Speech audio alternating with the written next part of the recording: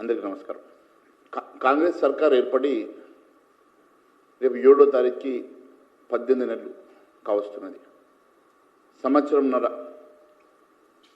మరి కాంగ్రెస్ సర్కార్ ఏర్పడి ఏడాదిన్నర పాలనలో ఇచ్చినటువంటి ఏ ఒక్క హామీ నెరవేర్చలేక అన్ని వర్గాల ప్రజానీకానికి మోసం చేస్తూ అన్ని వర్గాల ప్రజానీకాన్ని ఇచ్చిన హామీలను ఎగవేస్తూ ఎగవేతల సర్కార్గా పేరు తెచ్చుకున్నది. నేను ఒకటి అడుగుతా ఉన్నాను, టంచుగా క్యాబినెట్ మీటింగ్లు పెడతా ఉన్నారు. మరి క్యాబినెట్ మీటింగ్లలో ఎజెండాలు ఎప్పుడు కూడా ఇచ్చినటువంటి హామీల అంశం మీద ఎజెండాని ఎందుకు స్పష్టమైనటువంటి ఇచ్చిన హామీలు నెరవేరుస్తామని చెప్పేసి దాని మీద చర్చ చేస్తామని చెప్పేసి ఏ రోజు కూడా క్యాబినెట్ మీటింగ్లో వీళ్ళెవరు కూడా ఎజెండాలో పెట్టకపోవడం చాలా బాధాకరం. రైతులకు ఇచ్చిన హామీ కానీ, యువతకి ఇచ్చిన హామీ కానీ, విద్యార్థులకు ఇచ్చిన హామీ కానీ, ఆడపడుచులకు ఇచ్చిన హామీ కానీ, అన్ని వర్గాలకు ఇచ్చినటువంటి హామీ ఎగవేస్తూ ఎగవేతల ప్రభుత్వంగా పేరు తెచ్చుకున్నటువంటి రేవంత్ రెడ్డి గారి ప్రభుత్వం ఈరోజు మళ్ళీ క్యాబినెట్ మీటింగ్ రేపు అనౌన్స్ చేశారు.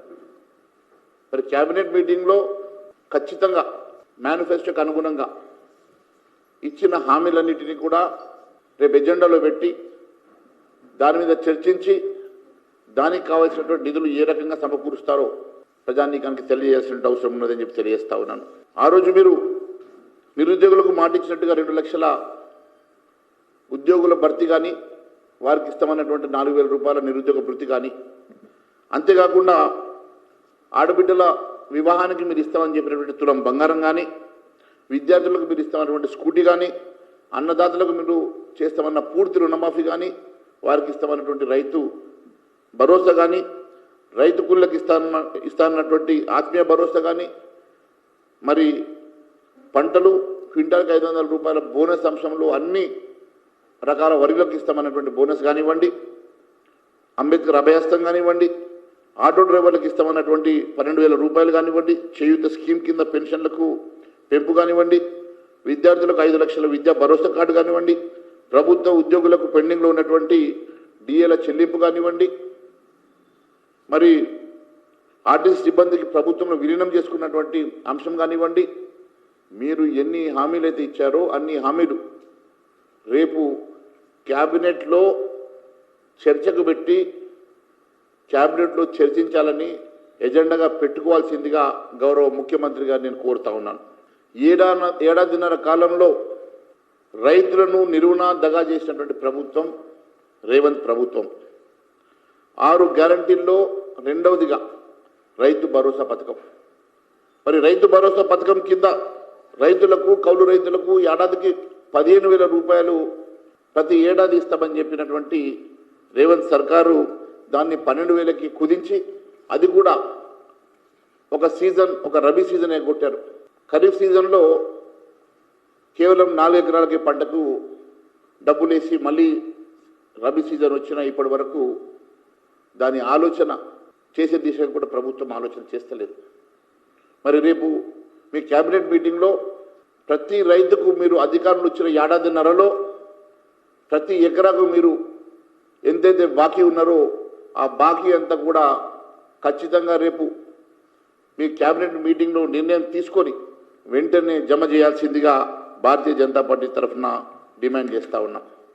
అంతేకాదు, ఏదైతే మీరు జనవరి రిపబ్లిక్ డే రోజున మీరు ప్రకటించి ఇప్పటి వరకు రైతు భరోసాలో డబ్బులు రైతు ఖాతాలో జమ చేయకపోవడం అనేది చాలా బాధాకరం.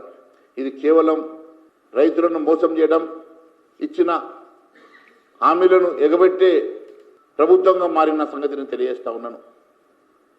యనుమల రేవంత్ రెడ్డి ఎగవేతల రేవంత్ రెడ్డిగా మారి ఈ రాష్ట్రాన్ని పూర్తిగా అన్ని వర్గాల ప్రజానీకాన్ని మోసం చేస్తున్నటువంటి రేవంత్ రెడ్డి గారి ప్రభుత్వం రేపు క్యాబినెట్లో మీ ఆస్థాన గుత్తదారుల కోసమో, మీ క్యాబినెట్లో మీకు సంబంధించినటువంటి మంత్రుల కోసమో, సంబంధించిన వారి కోసమో లబ్ధి చేకూర్చుకునేటువంటి ఎజెండాను పెట్టుకుంటారు తప్ప రైతుల కోసం, అట్టడుగు బడుగు బలహీన వర్గాల కోసం మీరు ఇచ్చిన హామీల కోసం, మీరు ఇచ్చినటువంటి రైతు సంక్షేమం కోసం మీరు ఏ నిర్ణయం తీసుకోబోతున్నారో ప్రజలకు తెలియజేయాల్సిన అవసరం ఉందని తెలియజేస్తా ఉన్నాను. రైతు కూలీలకు మంత్రులు ఇచ్చిన హామీలకే గ్యారెంటీ లేదు.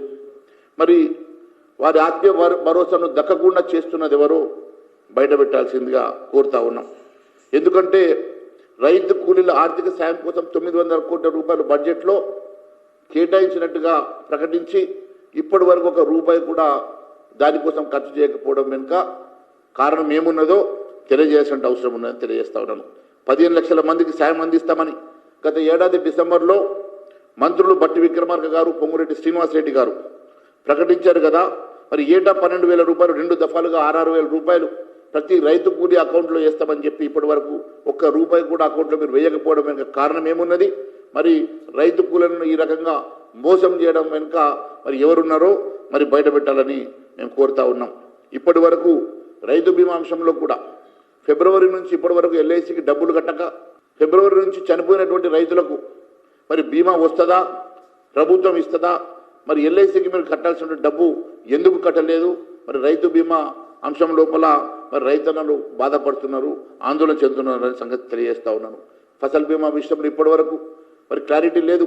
ఫసల్ బీమాలో జాయిన్ అవుతామని చెప్పినటువంటి ముఖ్యమంత్రి గారు ఫసల్ బీమా స్కీమ్ గురించి మళ్ళీ మాట్లాడడం లేదు. దాని ఆలోచన చేయకపోవడం వెనుక కారణం ఏమున్నది అని చెప్పి మేము ప్రశ్నిస్తూ ఉన్నాం. రైతులందరికీ రుణమాఫీ జరిగినట్టుగా ప్రకటిస్తున్నటువంటి రేవంత్ రెడ్డి గారు ఇప్పటి వరకు కనీసం 65% కూడా పూర్తిగా మీరు రుణమాఫీ చేయలేని సంగతి వాస్తవం కాదని అడుగుతా ఉన్నాను. వ్యవసాయ శాఖ మంత్రి గారే చెప్పారు ఇంకా 9,000 కోట్ల రూపాయలు బకాయి ఉన్నది, 9,000 కోట్లు ఇస్తేనే పూర్తిగా మరి రైతులకు రుణమాఫీ జరుగుతుందని చెప్పినటువంటి మరి ఒకవైపు వ్యవసాయ మంత్రి గారు చెప్తా ఉంటే దానికి భిన్నంగా ముఖ్యమంత్రి గారు పూర్తిగా రుణమాఫీ జరిగిపోయిందని చెప్పడం వెనుక మతలబు ఏమున్నది అని చెప్పి మేము అడుగుతా ఉన్నాం. ఎందుకంటే మీరు ఒక్కసారి ఆలోచిస్తే రుణమాఫీ చేయడానికి 31,000 కోట్ల రూపాయలు కావాలని చెప్పి నిపుణులు చెప్తా ఉంటే మీరు ఇప్పటి వరకు కేవలం 20,616 కోట్ల మాత్రమే మాఫీ చేశారు. మరి మొత్తం ఇంకా 10,000 కోట్ల రూపాయలు ఇంకా బాకీ ఉన్నప్పటికీ మీరు రైతులకు ఎగనామం పెట్టి రైతులను మోసం చేసి రుణమాఫీ జరగకపోయినా జరిగినట్టుగా ప్రకటించుకోవడం ఇది మీరు రైతుల పట్ల మీకున్నటువంటి మరి ఆలోచన ఏ విధందో మరి దీన్ని బట్టి స్పష్టమవుతుందని తెలియజేస్తా ఉన్నాను. కాంగ్రెస్ను ఆదుకున్న మహిళలకు కూడా మహాలక్ష్మి కింద వారందరికీ కూడా 2,500 రూపాయలు ప్రతి పేద మహిళకి ఇస్తామని ఆ రోజు మేనిఫెస్టోలో చెప్పి 6 గ్యారెంటీల్లో పెట్టుకున్నటువంటి మరి ఈ ప్రభుత్వం అధికారం ఎక్కిన తర్వాత మహిళల్ని పూర్తిగా విస్మరించి మోసం చేసి మహిళలకు ఇస్తామన్నటువంటి మహాలక్ష్మి స్కీమ్ను ఎగనామం పెట్టి ఇప్పటి వరకు మహాలక్ష్మి స్కీమ్ని ముందుకు తీసుకెళ్లకపోవడం వెనుక కారణం ఏమున్నదో తెలియజేయాలని చెప్పి అడుగుతా ఉన్నాం. ఎందుకంటే ప్రతి మహిళకు 2,500 రూపాయలు ప్రతి నెల ఇస్తామని చెప్పి ఇప్పటికీ ఏడాదిన రైతున్నా ఇప్పటి వరకు ఎందుకు మీరు మొదలు పెట్టలేదు? అదే పక్క రాష్ట్రమైనటువంటి మహారాష్ట్రలో వారు లాడ్లీ బహన్ కింద 2,500 రూపాయలు ఇస్తామని చెప్పి వెంటనే అమలు చేసి మరి ఆ ప్రభుత్వం వచ్చి 6 నెలల లోపల మరి పూర్తిగా ప్రతి నెల 2,500 ఇస్తూ ఉన్నది. కానీ ఇక్కడ ఈ రాష్ట్రంలో సంవత్సరంన్నర అయినప్పటికీ ఇప్పటి వరకు పేద మహిళలందరికీ కూడా ప్రతి నెల 2,500 రూపాయలు మీ అకౌంట్లో వేస్తామని చెప్పి నమ్మించి ఓట్లు దండుకున్న తర్వాత ఈ రోజు వరకు కూడా ఏ ఒక్క మహిళకు కూడా మీరు 2,500 రూపాయల కింద మహాలక్ష్మి పథకాన్ని మొదలుపెట్టకపోవడం వెనుక కారణం ఏమున్నది? దానికి కావాల్సినటువంటి 14,000 కోట్ల రూపాయలు ప్రతి సంవత్సరం కావాల్సినటువంటి నిధులు ఏ రకంగా సమకూరుస్తారో రేపు మీరు మీ కేబినెట్ మీటింగ్లో చర్చించి మరి దాని మీద కూడా నిర్ణయం తీసుకోవాల్సిందిగా భారతీయ జనతా పార్టీ డిమాండ్ చేస్తూ ఉన్నది. చేయూత పెన్షన్ పెంచి 2,000 4,000 రూపాయలు చేస్తామని చెప్పి ఆ రోజు మీరు మేనిఫెస్టోలో పెట్టి 6 గ్యారెంటీలు పెట్టుకున్నారు కదా. మరి ఏడాదిన్నర రైతా ఉన్నది. మరి ప్రతి వృద్ధాప్య పెన్షన్ 2,000 4,000 అయితే అని చెప్పి నమ్మి మీకు ఓటు చేసినటువంటి వారంతా కూడా ఈరోజు బాధపడతా ఉన్నారు. 2,000 రూపాయలు 4,000 కాదు కదా. ఇప్పటి వరకు కనీసం అలాంటి ఆలోచన చేస్తున్నట్టు కూడా ఎక్కడ దాఖలాలు కనబడతలేదు. మరి కొత్త పెన్షన్ ఇవ్వడం లేదు, ఉన్నవారి 2,000 4,000 పెన్షన్ చేయడం లేదు. వికలాంగుల పెన్షన్ 4,000 6,000 చేస్తామన్నారు. వికలాంగుల పెన్షన్ కూడా ఇప్పటి వరకు 6,000 పెన్షన్ చేసినట్టుగా మరి మీరు చర్యలు తీసుకోవడం మొదలుపెట్టలేదంటే మరి ఏ రకమైనటువంటి ఆలోచనతోటి మరి మీరు ఏ రకంగా మరి వృద్ధుల్ని మీరు మోసం చేస్తూ ఉన్నారో దీన్ని బట్టి చేయూత పెన్షన్కి మీరు ఎట్లా నీరు గారుస్తూ ఉన్నారో దీన్ని బట్టి అర్థమవుతూ ఉన్నది. కాబట్టి వెంటనే రేపు క్యాబినెట్లో నిర్ణయం తీసుకొని మరి 2,000 పెన్షన్ 4,000 పెన్షన్ చేయాల్సిందిగా రేపు క్యాబినెట్లో ప్రకటించాల్సిందిగా మేము డిమాండ్ చేస్తూ ఉన్నాం. ఇందిరమ్మ ఇళ్ల విషయంలో పట్టణ గ్రామీణ ప్రాంతాల్లో వారిగా లబ్ధిదారుల ఎంపిక గైడ్లైన్స్ కూడా మీరు లేకుండా పూర్తిగా మరి ఎందుకంటే ఇళ్ల నిర్మాణ పథకాన్ని 2024 మార్చి 11న ప్రారంభించి ఏడాది దాటింది. దాని తొలి విడతలో మీరు ఇస్తామన్నటువంటి 4,50,000 ఇళ్ల విషయంలో దానికి కావాల్సినటువంటి దాదాపు 22,500 కోట్ల రూపాయల విషయంలో ఇప్పటి వరకు మీరు కేవలం 50 కోట్లు మాత్రమే రిలీజ్ చేసి దాన్ని తూట్లు పొడిచే కార్యక్రమం చేస్తూ ఉన్నారు. ప్రతి సంవత్సరం 3,500 ఇండ్లు ప్రతి నియోజకవర్గానికి ఇస్తామని చెప్పి మీరు మొదటి దఫా 4,50,000 ఇండ్లకు మంజూరు చేస్తామని చెప్పి దాని మీద మీరు దాంట్లో కూడా కేంద్ర ప్రభుత్వం నిధులు కూడా 6,000 కోట్ల రూపాయలు దాంట్లో కేంద్ర ప్రభుత్వం నిధులు కూడా ఉన్నాయి. మరి వాటిని కూడా మీరు రిలీజ్ చేయకుండా మరి పూర్తిగా ఇందిరమ్మ ఇండ్లను మీరు గాడి తప్పే విధంగా అందరినీ మోసం చేస్తున్న సంగతి వాస్తవం కాదని అడుగుతా ఉన్నాను. వివిధ వర్గాలకు బాగిల పడ్డటువంటి 1,000 కోట్ల రూపాయలు కాంగ్రెస్ సర్కార్ వెంటనే చెల్లించాలని భారతీయ జనతా పార్టీ డిమాండ్ చేస్తూ ఉన్నది. అన్నదాతలకు రైతు భరోసా, రైతు కూలీలకు ఆత్మీయ భరోసా, విద్యార్థులకు ఫీజు రియంబర్స్మెంటు, రోగుల ఆసుపత్రులకు ఆరోగ్యశ్రీ పథకం బకాయిలు, ఉద్యోగులకు చిన్న కాంట్రాక్టర్లకు మాజీ సర్పంచులకు ఇవ్వాల్సినటువంటి బకాయిలు ఇవ్వకుండా కాంగ్రెస్ సర్కార్ ఆయా వర్గాలకు అన్యాయం చేస్తూ ఫీజు రియంబర్స్మెంట్ బకాయిలు చెల్లించకపోవడంతో డిగ్రీ కళాశాలలో వార్షిక పరీక్షలు కూడా ఆలస్యంగా జరగడం మనం కళ్ళారా చూసాం. ఇటు విద్యార్థులు కాలేజీ యాజమాన్యంలో అందరూ కూడా ఇబ్బంది పడుతున్నటువంటి సంగతి కూడా మనం కళ్ళారా చూసాం. కాబట్టి ఉద్యోగులకు ఇవ్వాల్సినటువంటి బకాయి పెండింగ్ పూర్తిగా మీరు ఇవ్వకుండా బకాయి పడ్డ మాట వాస్తవం. మరి వాటన్నిటిని కూడా ఈ రేపు క్యాబినెట్లో చర్చించి వెంటనే నిర్ణయం తీసుకోవాల్సిందిగా భారతీయ జనతా పార్టీ మరి డిమాండ్ చేస్తూ ఉన్నది. అంతేకాదు చిన్న సన్నకారు కాంట్రాక్టర్లు మాజీ సర్పంచులకు ఇవ్వాల్సినటువంటి బిల్లులు బకాయిలు ఇవ్వకుంటే వాళ్ళు సెక్రటేరియట్లో వచ్చి ధర్నాలు చేసేటువంటి పరిస్థితి వచ్చింది. కాబట్టి మరి ఇలాంటి పరిస్థితి కొంతమంది సర్పంచులు మాజీ సర్పంచులు మరి ఆత్మహత్య ప్రయత్నం చేసి కొందరు ఒకరిద్దరు చనిపోవడం కూడా మనం చూసాం. కాబట్టి మరి వెంటనే దాదాపు వారి పదవీ కాలం కూడా ముగిసి 14-15 నెలలు అవుతా ఉన్నది. మరి వారిని ఎందుకు మీరు ఈ రకంగా మోసం చేస్తూ ఉన్నారు, ఎందుకు మీరు ఆ బకాయిలు పెండింగ్ బకాయిలు చెల్లించలేకపోతూ ఉన్నారో వెంటనే తెలియజేయాలని చెప్పి నేను కోరుతా ఉన్నాం. అదే మాదిరిగా కాలేజీలు మూతపడుతున్న ఫీజు రియంబర్స్మెంట్ బకాయిలు చెల్లించరా అని ఆ స్కీమ్ను వ్యత్యేస్తారా అని చెప్పేసి కూడా కొంతమంది ప్రశ్నిస్తూ ఉన్నారు.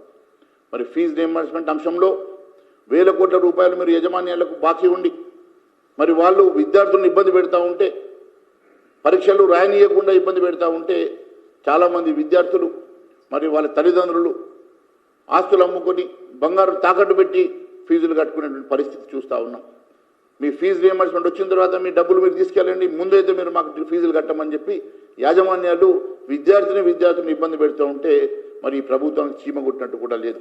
వెంటనే రేవంత్ రెడ్డి గారు క్యాబినెట్లో చర్చించి ఫీజు రియంబర్స్మెంట్ బకాయిలు తక్షణమే చెల్లించేలా నిర్ణయం తీసుకోవాల్సిందిగా భారతీయ జనతా పార్టీ డిమాండ్ చేస్తూ ఉన్నది.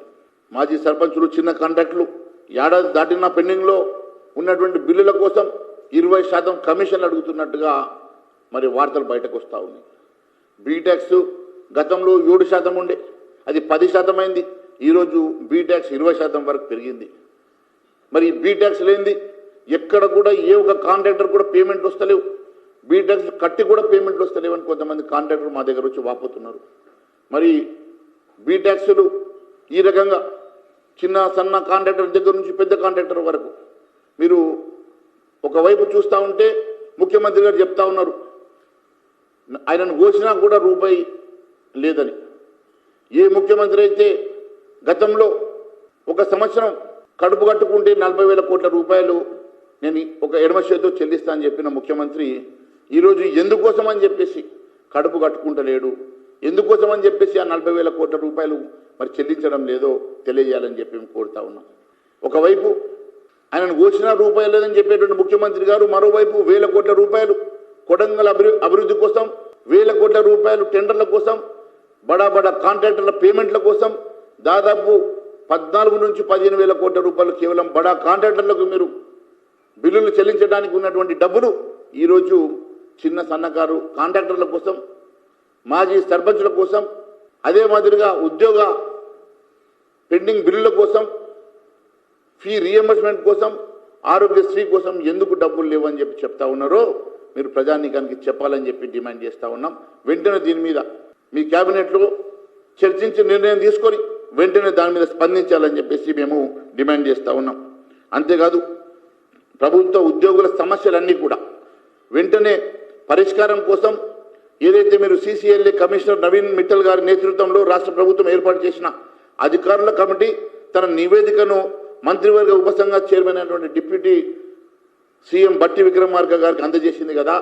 దాని మీద క్యాబినెట్లో చర్చించి నిర్ణయం తీసుకొని ఉద్యోగ ఉపాధ్యాయులకు రావాల్సినటువంటి 10,000 కోట్ల రూపాయల బకాయిలు వెంటనే విడుదల చేసే విధంగా నిర్ణయం తీసుకోవాల్సిందిగా డిమాండ్ చేస్తూ ఉన్నాం. పెంచిన బీసీ రిజర్వేషన్ను అమలు చేస్తూ తక్షణమే స్థానిక సంస్థల ఎన్నికలు నిర్వహించాలి. 42% బీసీ రిజర్వేషన్ పెంచుతూ అసెంబ్లీలో మీరు పాస్ చేసినటువంటి బిల్లు ప్రకారం 42% బీసీ రిజర్వేషన్లతో నోటిఫికేషన్ ఇష్యూ చేసి తక్షణమే మీరు లోకల్ బాడీ ఎన్నికలు నిర్వహించాలని చెప్పి డిమాండ్ చేస్తూ ఉన్నాం. దాదాపు 11 నెలలుగా మున్సిపాలిటీలో, 16 నెలలుగా లోకల్ బాడీ సర్పంచులు, ఎంపీటీసీలు, జెడ్పీటీసీలు వేకెన్సీలతో దాదాపు ఈ రాష్ట్రంలో సమస్యలన్నీ గాడి తప్పి ఎక్కడికక్కడ గ్రామీణ ప్రాంతంలో సమస్యలు తాండవిస్తున్నటువంటి సందర్భంగా మీరు వెంటనే బీసీ రిజర్వేషన్ని మీరు చట్ట ప్రకారం అమలు చేసి 42% బీసీ రిజర్వేషన్ తోటి వెంటనే లోకల్ బాడీ ఎన్నికలు నిర్వహించాలని చెప్పి డిమాండ్ చేస్తూ ఉన్నాం. ఏవైతే మేము ఇప్పటివరకు చేసినటువంటి డిమాండ్లన్నీ కూడా మీరు ఇచ్చినటువంటి హామీలు మేనిఫెస్టోలో పొందుపరిచినటువంటి అమలు చేయాల్సినటువంటి హామీలే కాబట్టి దానికి క్యాబినెట్ మీటింగ్ తోటి ఎలాంటి సంబంధం లేకపోయినా మీరు గత సంవత్సరంన్నర నుంచి అమలు చేస్తలేరు కాబట్టి మీకేమైనా ఇబ్బందులు, అడ్డంకాలు ఉన్నా క్యాబినెట్లో వెంటనే చర్చించి దాన్ని అమలు కోసమైతే వెంటనే చర్యలు తీసుకొని వెంటనే అమలు చేసి దాని మీద శ్వేతపత్రం విడుదల చేయాల్సిందిగా భారతీయ జనతా పార్టీ తరఫున మేము డిమాండ్ చేస్తూ మరి రేవంత్ రెడ్డి గారిని మరి కేవలం ఇలాంటి క్యాబినెట్ మీటింగ్లు గెట్ టుగెదర్ల కోసం కాకుండా సమస్యల పరిష్కారం కోసం చేయాల్సిందిగా మేము కోరుతూ ధన్యవాదాలు తెలియజేస్తా ఉన్నాం. ఖచ్చితంగా చేస్తాము. గతంలో చేసినట్టుగా, గతంలో రైతుల కోసం చేసినట్టుగా అన్ని అంశాల మీద రేపు రాబోయే రోజుల్లో ప్రజాక్షేత్రంలో తెలుసుకుంటాం. వారికి హాలిడే పీరియడ్ ఇచ్చాం. రేపు 7వ తారీఖు తోటి సంవత్సరంన్నర వారి మరి పూర్తి చేసుకుంటారు. ఎందుకంటే సంవత్సరం కూడా కాలేదు, మొన్ననే పుట్టినాం, ఇప్పుడు అంబాడుతున్నాం, ఇప్పుడు నడుస్తున్నాం అని మాట్లాడేటువంటి రేవంత్ రెడ్డి గారికి తగిన సమయాన్ని ఇవ్వాల్సిందిగా ఇచ్చాము. రేపు ఖచ్చితంగా రాబోయే రోజుల్లో ప్రతి సమస్య మీద, ప్రతి వర్గంకి వారికి ఇచ్చినటువంటి హామీల మీద, మరి రాష్ట్రంలో ఉన్నటువంటి అనేకమైనటువంటి సమస్యల మీద మేము ప్రజాక్షేత్రంలోకి వెళ్తాం, ప్రజాక్షేత్రంలో తేల్చుకుంటాం, ఖచ్చితంగా ఉద్యమాలు చేస్తాం. ఈ ప్రభుత్వం మెడలు వంచి ఇచ్చిన హామీలు నెరవేర్చే దశగా ముందుకు వెళ్తామని తెలియజేస్తాం.